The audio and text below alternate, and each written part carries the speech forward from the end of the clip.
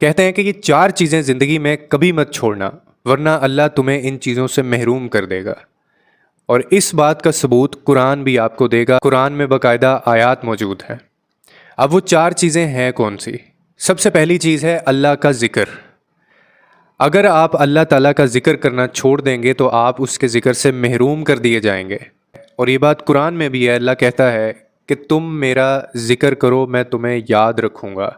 آپ نے اکثر اپنی زندگی میں لوگوں کو دیکھا ہوگا کہ جو لوگ اللہ کا ذکر نہیں کرتے وہ اپنے دوسرے معمول میں بیزی رہتے ہیں، دنیا میں، زندگی میں، رشتوں میں، اپنے کام میں، لیکن اللہ کا ذکر ان کی زبان پہ آپ کبھی نہیں دیکھیں گے۔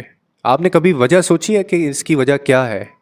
وہ ذکر کرنا چاہتے ہیں لیکن یہ وہ لوگ ہیں جو کسی دور میں یا کسی ٹائم میں اللہ کا ذکر نہیں کیا کرتے تھے، تو اللہ نے ان کو اپنے ذکر سے محروم کر دیا۔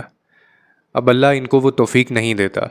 تو سب سے پہلی چیز، کبھی بھی زندگی کے اندر اللہ کا ذکر کرنا مت چھوڑیں۔ اور دوسرے نمبر پہ جو چیز آتی ہے وہ ہے شکر۔ کہتے ہیں کہ شکر کرنا بھی کبھی نہ چھوڑیں ورنہ آپ اپنی زندگی کے اندر نعمتوں میں اضافے سے محروم ہو جائیں گے۔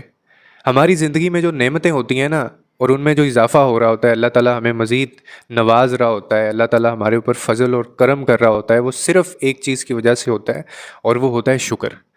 آپ دیکھیے اپنی زندگی میں لوگوں کی زندگیوں پہ نظر دوڑائیے، اپنی فیملیز میں دیکھیے ان لوگوں کو، جو بندہ شکر کرتا ہوگا آپ کو وہ کبھی مایوس نظر نہیں آئے گا، آپ کو وہ کبھی پریشان نظر نہیں آئے گا، آپ کو وہ کبھی بھی زندگی میں کسی بات پہ غمزدہ ہوتا نظر نہیں آئے گا۔ وہ ہمیشہ اللہ تعالیٰ کا شکر کرنا جانتا ہے، اور یہ اللہ تعالیٰ کی برکت، رحمت، بلیسنگ ہوتی ہے ان لوگوں پہ کہ شکر کرنے والے کو کبھی کمی محسوس نہیں ہوتی کسی چیز کی، نہ اس کے خزان، چاہے اللہ نے اس کو دیا یا نہیں دیا، اس میں اتنی زیادہ برکت ہے۔ تو اسی لیے زندگی میں کبھی بھی ان لوگوں میں شمار مت ہو جانا جو شکر نہیں کرنا جانتے، جو شکر نہ کرتے ہوں، جن کی زبان پہ شکر نہ ہوتا ہو، جن کو اللہ نے نوازا تو ہو لیکن وہ اس کی اہمیت کو نہ جانتے ہوں، وہ لوگوں میں بانٹنا نہ جانتے ہوں، وہ اس کا ایک حصہ لوگوں میں تقسیم کرنا نہ جانتے ہوں، ان کی زبان پہ اللہ کا شکر نہ آتا ہو۔ بدبخت، بد نصیب لوگوں میں ہو جائیں گے آپ۔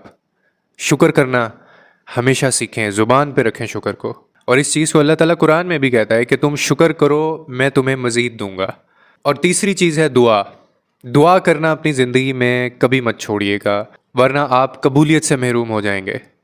دعا کرنا کبھی مت چھوڑیے گا، چاہے آپ کی دعائیں قبول ہو رہی ہیں نہیں ہو رہی ہیں، جیسا آپ چاہتے ہیں ویسا ہو رہا ہے یا نہیں ہو رہا، دعا کرنا کبھی مت چھوڑیں۔ دعا کرنے چھوڑنے کا مطلب ہے کہ آپ نے اپنے رب کی طرف سے منہ پھیر لیا ہے، اور رب کی طرف سے منہ پھیرنا، اس سے بڑا گناہ، اس سے بڑی بات کیا کوئی ہو سکتی ہے؟ کیا وہ شخص بد نصیب نہیں کہلائے گا کہ جو اللہ تعالیٰ جس سے قبولیت چھین لیتا ہے؟ اس کا مطلب وہ کبھی ساری زندگی دعا ہی نہیں کرے گا، اس کا یقین ہی نہیں ہے اللہ تعالیٰ کے اوپر، اور اس بات کا ثبوت بھی آپ کو قرآن میں ملتا ہے۔ تم مجھے پکارو میں تمہاری دعا قبول کروں گا۔ اور چوتھے نمبر پہ جو چیز ہے وہ ہے استغفار۔